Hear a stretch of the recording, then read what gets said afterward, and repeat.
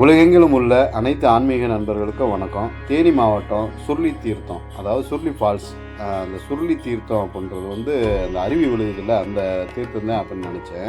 ஆனால் உண்மையான சுருளி தீர்த்தம் அப்படின்றது காட்டுக்குள்ளே 3 கிலோமீட்டர் போய் அமானுஷ்யமான சக்திகள் நிறைஞ்ச அந்த ஒரு தெய்வீகமான நிலையில் இருக்கிற அந்த கோயிலில், சுருளி வேலப்பர் கோயில் அப்படின்னு சொல்லுவாங்க, அந்த கோயிலில் தான் எடுக்கிறாங்களாம். அதை பற்றி நான் ஃபுல் டீட்டெயிலாக இந்த வீடியோவில் பார்ப்போம். தேனி மாவட்டம் கம்பத்துலேருந்து 9 கிலோமீட்டர் அமைந்தது சுருளிமலை. சுருளிமலைகளில் வளர்த்துவோம் 33 கோடி தேவர்கள், 48,000 ரிஷிகள், 18 சித்தர்கள் தாவம் பண்ணலாம். இந்த 36 வகை தீர்த்தத்தில் உலகத்திலே தீர்த்தம் 36 வகை தீர்த்தத்தில் சுருளி தீர்த்தம் ரொம்ப ஃபேமஸான தீர்த்தம். இந்த தீர்த்தம் ஒரு விட்டாட்டி பூர்ணமாகும். அதே சுருளி தீர்த்தம். அந்த சுருளி தீர்த்தத்துக்கு பக்கத்துலேயே இருக்க போயிட்டு முருகன் வந்து சுருளிமலை முருகன், சுருளி வேலப்பன்னு வச்சுருக்காங்க. கடல் மட்டத்திலிருந்து 1505 அடி உயரத்தில் இருக்கு. இங்கே இருக்கிற புனிதமான தீர்த்தத்துக்கு பேர் உதகநீர் அப்படின்னு சொல்கிறாங்க. அது அந்த நீரில் குளித்தாலே வியாதி வராது. அதே மாதிரி கோயில் குடமுழுக்குகளுக்கு அந்த உதகநீர் எடுத்து தான் அபிஷேகம் பண்ணுவாங்க. அதே மாதிரி மாலை போடுறதுக்கு முதல்ல இந்த தீர்த்தத்தை எடுத்துகிட்டு போய் வீட்டில் வைப்பாங்க. வீட்டில் வச்சு 48 நாளும் தொளிச்சு விடுவாங்க. அப்படி தொளிச்சோம்னா நம்ம கூடயே இறைவன் இருக்கிற மாதிரி ஒரு நிலையை உணரலாம். தீய சக்திகளை வீட்டுக்குள்ளே அண்ட விடாது. இந்த தீர்த்தம் அவ்வளவு புனிதமானது. இங்கே வந்திருக்க பக்தர்கள் கரூரை சேர்ந்தவங்க. கோயிலுடைய சிறப்பு என்னன்னு பார்த்தீங்கன்னா, ஒரே கருவறையில் விநாயகர் இருக்கார், அண்ணன் தம்பி முருகன், சிவன் அப்பா, அம்மா நாகம்மா, இவங்களுக்கெல்லாம் மச்சினை மாமின்னு சொல்லுவாங்க, சம்பந்தக்காரங்க. பெருமாள் இருக்கார். ஒரே கருவறையில் அண்ணன் தம்பி அப்பா அம்மா எல்லாம் அமைச்சிருக்கிறதுனால ஒரு பெரிய சிறப்பு. சாமி கும்பிட்டு போனீங்கன்னா காரிய தரையில் நிவர்த்தி ஆகுது. கல்யாண காரியம்னா உடனே கூடிடுது. கல்யாணம் ஆனவங்களுக்கு குழந்தை இல்லாமல் இருந்தால் அதுவும் சீக்கிரம் ஆயிடுது. பொதுவாக எந்த ஒரு காரியமும் தாமதமாச்சுன்னா அதை நம்ம என்ன செய்யணும், லேட்டாகி போச்சுன்னா தரைன்னு சொல்கிறோம். அது இங்கே சாமி கும்பிட்டு போயிட்டீங்கன்னா அந்த தரையெல்லாம் நீங்கி போகும். தீர்த்தம் நம்ம மேலே பட்டாலே நம்மளுடைய நோய் பிணியெல்லாம் தீர்க்கக்கூடிய தீர்த்தம் இந்த தீர்த்தம். இந்த தீர்த்தம் முருகனுக்கு மேலே ஊறி தரையில் ஊறி விழுந்துட்டு இருக்கு. ஆகாய கங்கை தீர்த்தம் மாதிரி முருகனுக்கு மேலேருந்து வரக்கூடிய தீர்த்தம் வர்றதுனால இந்த தீர்த்தத்துக்கு சுருளிமலை தீர்த்தம்னு பேர். இந்த இடத்துல இருக்கிற எல்லா ஆலயங்களும் குகை கோயிலாக தான் காட்சி அளிக்குது. அதே மாதிரி சித்தர்கள் இங்கே இன்னும் வாழ்ந்துக்கிட்டு இருக்காங்க அப்படின்னு சொல்கிறாங்க. 7 அடி கொண்ட உருவம் கொண்ட அபூர்வ சித்தர்கள்லாம் இங்கே இருக்கிறதா சொல்கிறாங்க. இமயகிரி சித்தர் அப்படின்னு ஒரு சித்தர் ரொம்ப நாளாக இந்த குகைக்குள்ளே தவம் புரிஞ்சுக்கிட்டு இருந்தார். சித்தர்களுக்கே சனியுடைய தோஷங்கள் அதிகமாக இருக்க போய் இங்கே குளிச்சு இங்கே தவம் பண்ணி இருக்க போய் சனியுடைய தோஷங்கள் நிவர்த்தியானதாக சொல்கிறாங்க. அதனால பெரும்பாலும் சனியுடைய அஷ்டம சனி, ஜென்ம சனி, சனி தோஷங்கள் ஜாதகத்தில் யாராவது சனி தோஷங்கள் இருக்குதா இங்கே வேண்டி போயிட்டாங்கன்னா உடனே நிவர்த்தி ஆகுதுன்னு நிறையா பேர் தீர்த்தம் எடுத்துட்டு போகிறாங்க. இங்கே விசேஷ நாள் அமாவாசை பௌர்ணமி. அமாவாசை பௌர்ணமி பார்த்தீங்கன்னா அமாவாசை முன்னோர்களுக்கு திதி கொடுக்கக்கூடிய நாள் சுப்ரமணிய தீர்த்தம். கோயிலில் அன்னதானமும் நடக்குது. பௌர்ணமி குடும்பங்களுக்கு குடும்ப செல்வாய்க்கிறதுக்காக வேண்டி நல்லா எங்களுக்கு முன்னேறி வரணும், கடன்கள் இல்லாமல் நல்லா வரணும் அப்படிங்கிறதுக்காக இந்த சுப்ரமணியத்தை பௌர்ணமிக்கு வேண்டி போவாங்க. அதனால எல்லாரும் தவறாமல் இந்த கோயிலில் வேண்டி போக எல்லா காரியமும் நிறைவேறும். சிவாயிரம். அந்த இமயகிரி சித்தர் தவம் பண்ண அந்த குகையை தான் நம்ம பார்க்க போகிறோம். அது ரொம்ப பயங்கரமாக இருந்துச்சு, அட்வென்ச்சர் மாதிரி இருந்துச்சு. ஆனால் உள்ள தெய்வீகமான ஒரு நிலையில் இருந்துச்சு. அந்த காட்சியை தான் நீங்கள் பார்க்குறீங்க. இதெல்லாம் பார்த்தீங்கன்னா ரொம்ப புனிதமான இடங்கள்.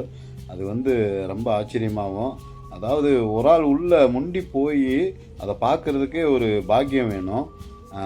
அந்த தவழ்ந்துக்கிட்டே போய் குறிப்பிட்ட தூரம் தவழ்ந்துக்கிட்டு போகணும். அப்புறம் போய் உட்காந்துக்கிடலாம், உட்காந்து தரிசனம் பண்ணலாம்.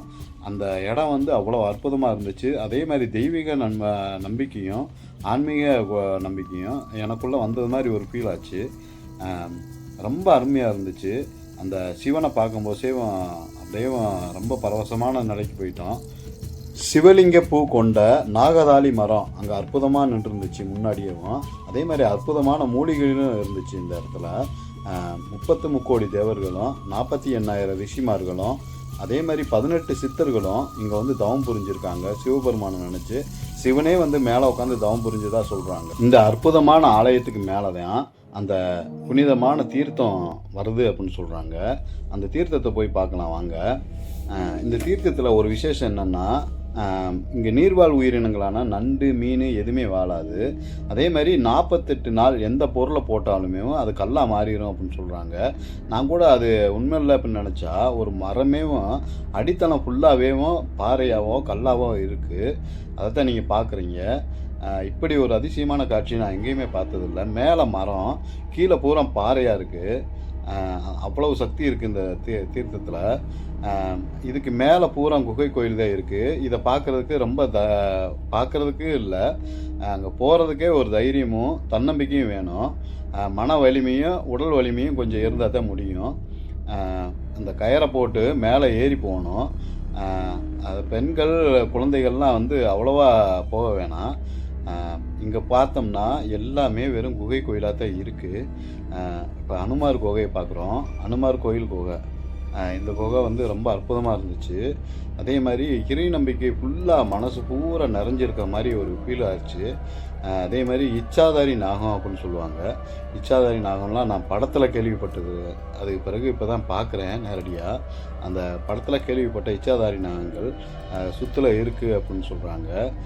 அதோட இச்சாதாரி நாகத்தோட சிலையும் பார்த்தோம். இந்த இடத்த பார்த்தாலே ரொம்ப பயங்கரமாகவும் ஒரு அதிசயமாகவும் ஒரு அற்புதமான சக்தியும் இருக்கிற மாதிரி இருக்குது. அதே மாதிரி இந்த குகைக்குள்ளையெல்லாம் மனிதர்கள் அந்த காலத்தில் போய் வாழ்ந்துருக்காங்க. முனிவர்கள் எல்லாருமே வாழ்ந்து தவம் புரிஞ்சிருக்காங்க அப்படின்னு சொல்கிறாங்க. அதே மாதிரி இது மீனாட்சி அம்மன் கோயில் குகை.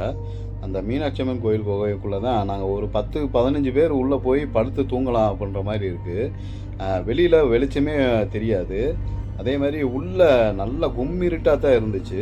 நாங்கள் ஃபுல்லாக செல்லு லைட்டை போட்டு தான் இந்த இடமே ஆச்சரியமாகவும் அதிசயமாகவும் முழுக்க முழுக்க ஆன்மீக பக்தியும் நிறைஞ்ச இடமாகவும் இருந்துச்சு. அடுத்து பார்க்குறது நம்ம பாட்டையா கோயில். அந்த பாட்டையா கோயில் கோவையை தான் நம்ம பார்த்துட்ருக்கோம்.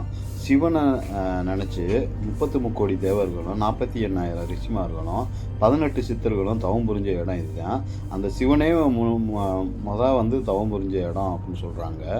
அதே மாதிரி இந்த குகை ஃபுல்லாக விபூதியாகவே வெளியேறுனு தான் காட்சி அளிக்குது. இவ்வளவு அற்புதமான குகையை உண்மையிலேயும் தரிசனம் பண்ணது பாக்கியமாக தான் கருதுகிறோம். இந்த குகைக்கெல்லாம் போகிறதுக்கு ஒரு தனி சக்தி வேணும். அதே மாதிரி இவ்வளோ தூரம் அந்த வீடியோவை மெனக்கிட்டு எடுத்தது உங்களுக்காகத்தான். ரொம்ப மனசுக்கு நிறைவாக இருந்துச்சு இந்த வீடியோ எடுத்தது. ஒரு லைக் ஒன்று பண்ணிவிட்டு கமெண்டில் நீங்கள் எந்த சந்தேகமாக இருந்தாலும் கேளுங்க நண்பர்.